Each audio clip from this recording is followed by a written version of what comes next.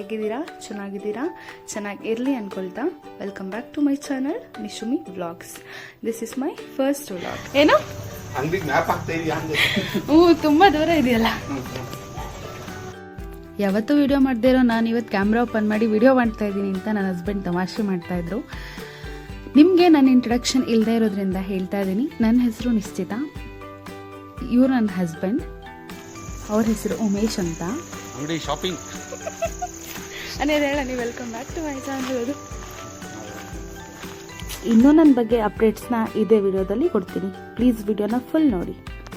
ಮನೇಲಿ ಇಬ್ಬರೇ ಇದ್ದಿದ್ದರಿಂದ ತುಂಬ ಬೇಜಾರಾಗ್ತಾಯಿತ್ತು. ಹಾಗೆ ವಾಕ್ ಮಾಡಿಕೊಂಡು ಸ್ವಲ್ಪ ಶಾಪ್ ಮಾಡಿಕೊಂಡು ಹಾಗೆ ಡೈಲಿ ನೆಸೆಸಿಟಿ ಏನಿರುತ್ತೋ ಅದನ್ನು ತೊಗೊಂಡು ಬರೋಣ ಅಂತ ಹೊರಡ್ತಾ ಇದ್ವಿ. ಹೋಗಿ ಹಾಗೆ ವಾಕ್ ಮಾಡಿ ಬರೋಷ್ಟರಲ್ಲಿ ಕತ್ಲೆ ಬೇರೆ ಆಯಿತು.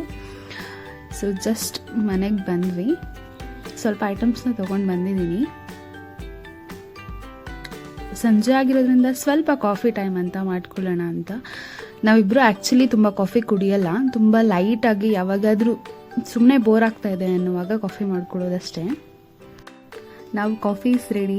ಯಾವತ್ತೂ ವಿಡಿಯೋ ಮಾಡಿಲ್ಲದೆ ಇರೋದ್ರಿಂದ ಕ್ಯಾಮ್ರಾ ಮುಂದೆ ಮಾತಾಡೋದಕ್ಕೆ ಅಷ್ಟು ಅನ್ನಿಸ್ತಾ ಇಲ್ಲ. ಸೊ ಅದಕ್ಕೆ ಮಾತಾಡ್ತಾ ಇಲ್ಲ ಏನನ್ನು. ಹಾಗೆ ನೈಟ್ ಡಿನ್ನರ್ಗೆ ತರಕಾರಿ ಸಾಂಬಾರು ಮಾಡ್ಕೊಳ್ಳೋಣ ಅಂತ ತರಕಾರಿನೆಲ್ಲ ಕಟ್ ಮಾಡ್ಕೊಳ್ತಾ ಇದ್ದೀನಿ. ಸ್ವಲ್ಪನೇ ತರಕಾರಿ ಇತ್ತು, ಹಾಗಾಗಿ ತರಕಾರಿ ಜೊತೆ ಸ್ವಲ್ಪ ಕಾಳುಗಳನ್ನ ಹಾಕೋಣ ಅಂತ ಬೆಳಗ್ಗೆನೇ ಸೋಕ್ ಮಾಡಿ ಇಟ್ಟಿದ್ದೆ. ಸೊ ಇವಾಗ ಕಾಳುಗಳ ಜೊತೆ ಸ್ವಲ್ಪ ವೆಜಿಟೇಬಲ್ಸ್ನ ಹಾಕಿ ಸಿಂಪಲಾಗಿ ಸಾಂಬಾರು ಮಾಡ್ಕೊಳ್ತೀನಿ. ತರಕಾರಿನ ಕಟ್ ಮಾಡ್ಕೊಳ್ತಾ ನನ್ನ ಬಗ್ಗೆ ಇನ್ನೂ ಸ್ವಲ್ಪ ಇನ್ಫಾರ್ಮೇಷನ್ನ ಹೇಳೋಣ ಅಂತ ಅಂದ್ಕೊಂಡಿದ್ದೀನಿ.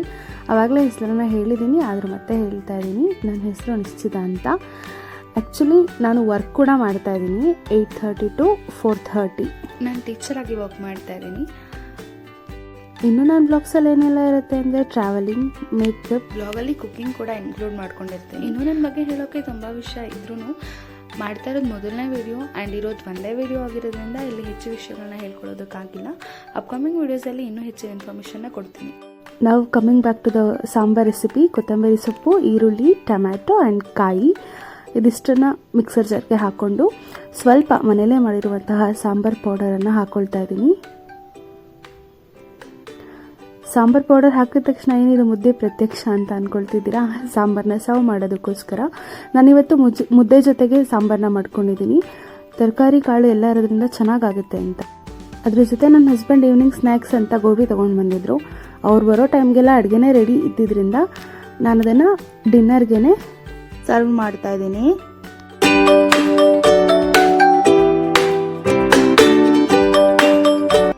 ನೆಕ್ಸ್ಟ್ ಡೇ ಸ್ವಲ್ಪ ವಿಡಿಯೋ ಮಾಡ್ಕೊಳ್ಳೋದಕ್ಕೆ ಕಷ್ಟ ಆಗಿರೋದ್ರಿಂದ ರೆಸಿಪಿ ಮಾಡ್ತಾ ಇದ್ದೆ, ಡ್ರೈ ಫ್ರೂಟ್ಸ್ ಲಡ್ಡು. ಅದನ್ನೇ ವಿಡಿಯೋ ಕ್ಯಾಪ್ಚರ್ ಮಾಡ್ಕೊಂಡಿದ್ದೀನಿ ಅಷ್ಟೇ. ಇಲ್ಲಿ ಎಲ್ಲ ತರಹ ಡ್ರೈ ಫ್ರೂಟ್ಸ್ಗಳನ್ನು ನಾನು ತೊಗೊಂಡಿದ್ದೀನಿ.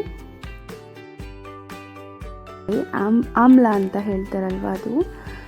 ಅದ್ರ ಜೊತೆ ಮಿಕ್ಕಿದೆಲ್ಲ ಡ್ರೈ ಫ್ರೂಟ್ಸ್ ತೊಗೊಂಡಿದ್ದೀನಿ. ಬಾದಾಮಿ, ಗೋಡಂಬಿ,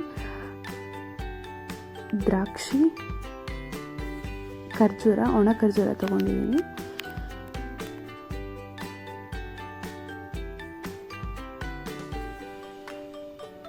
ಎಲ್ಲದನ್ನು ನೀಟಾಗಿ ಚಾಪ್ ಮಾಡಿ ಎತ್ತಿಟ್ಕೊಂಡಿದ್ದೀನಿ.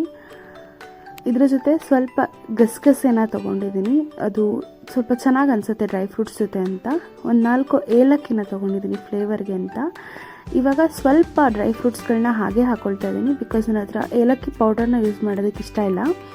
ಸೊ ಹಾಗಾಗಿ ಏಲಕ್ಕಿ ಪೌಡರ್ ಆಗಬೇಕಂದ್ರೆ ಅದ್ರ ಜೊತೆ ಏನಾದರೂ ಇದ್ದರೆ ಅದು ಬೇಗ ಪೌಡರ್ ಆಗುತ್ತೆ ಅಂದ್ಬಿಟ್ಟು ಸ್ವಲ್ಪ ಡ್ರೈ ನಟ್ಸ್ನೆಲ್ಲ ಮಿಕ್ಸರ್ ಜಾರ್ಗೆ ಹಾಕ್ಕೊಂಡು ಏಲಕ್ಕಿ ಪೌಡರ್ನ ಮಾಡ್ಕೊಳ್ತಾ ಇದ್ದೀನಿ. ಇವಾಗ ಗೋಡಂಬಿನ ಸಿಮ್ಮಲ್ಲಿ ಇಟ್ಕೊಂಡು ನೀಟಾಗಿ ಡ್ರೈ ರೋಸ್ಟ್ ಮಾಡ್ಕೊಳ್ತಾ ಇದ್ದೀನಿ.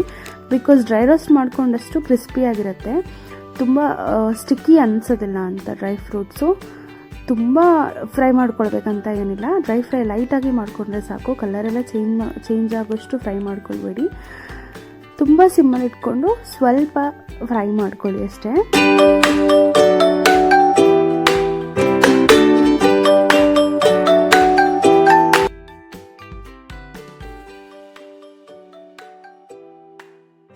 ಗೋಡಂಬಿನ ಹಾಕ್ಕೊಳ್ತಾ ಇದ್ದೀನಿ. ಇದನ್ನು ಅಷ್ಟೇ ಲೈಟಾಗಿ ಫ್ರೈ ಮಾಡ್ಕೊಳ್ಬೇಕು. ತುಂಬ ಕಪ್ಪು ಮಾಡ್ಕೊಳ್ಳೋಕೆ ಹೋಗಬೇಡಿ. ಎಲ್ಲದನ್ನೂ ಒಂದು ಪ್ಲೇಟ್ಗೆ ಟ್ರಾನ್ಸ್ಫರ್ ಮಾಡ್ಕೊಳ್ತಾ ಇದ್ದೀನಿ. ನೆಕ್ಸ್ಟ್ ಸ್ವಲ್ಪ ನೆಲ್ಲಿಕಾಯನ್ನು ಹಾಕ್ಕೊಂಡು ಅದನ್ನು ಅಷ್ಟೇ ತುಂಬ ಲೈಟಾಗಿ ರೋಸ್ಟ್ ಮಾಡ್ಕೊಳ್ಬೇಕು. ಸಿಮ್ಮಲ್ಲೇ ಇಟ್ಕೊಂಡಿರಬೇಕು. ಯಾವುದೇ ಕಾರಣಕ್ಕೂ ಫ್ಲೇಮ್ನ ಜಾಸ್ತಿ ಅಥವಾ ಕಡಿಮೆ ಮಾಡ್ಕೊಳ್ತಾ ಇರಬೇಡಿ ಪದೇ ಪದೇ. ಡ್ರೈ ಫ್ರೂಟ್ಸ್ ಆಗಿರೋದ್ರಿಂದ ಬೇಗ ಒತ್ತೋ ಸಾಧ್ಯತೆ ಇರುತ್ತೆ.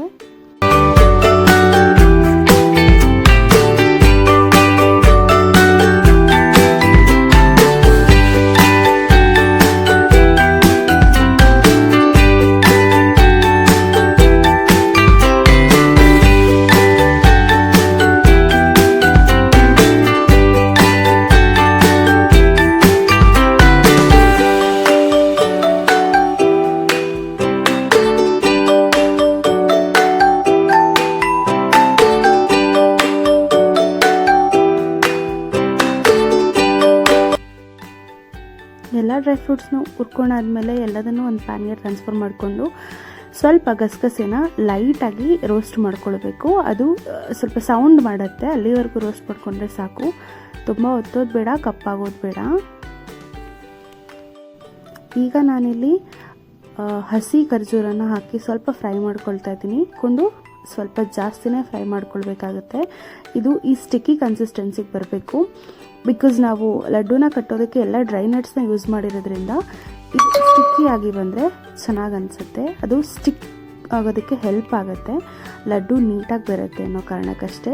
ಎಲ್ಲದನ್ನು ಒಟ್ಟಿಗೆ ಫ್ರೈ ಮಾಡಿಕೊಂಡು ಆವಾಗೆ ಪುಡಿ ಮಾಡ್ಕೊಂಡಿರುವಂಥ ಎಳ್ಳನ್ನು ಹಾಕ್ಕೊಂಡು ಸ್ವಲ್ಪ ಆಯಿಲ್ ಅಥವಾ ಗೀನ ಯೂಸ್ ಮಾಡಿಕೊಂಡು ಕೈನ ಒದ್ದೆ ಮಾಡಿಕೊಂಡು ಲಡ್ಡುನ ಕಟ್ಕೊಂಡ್ರೆ ಆಯಿತು. ತುಂಬ ಚೆನ್ನಾಗಿರುತ್ತೆ, ತುಂಬ ಹೆಲ್ತ್ಗೂ ಕೂಡ ಒಳ್ಳೆಯದು.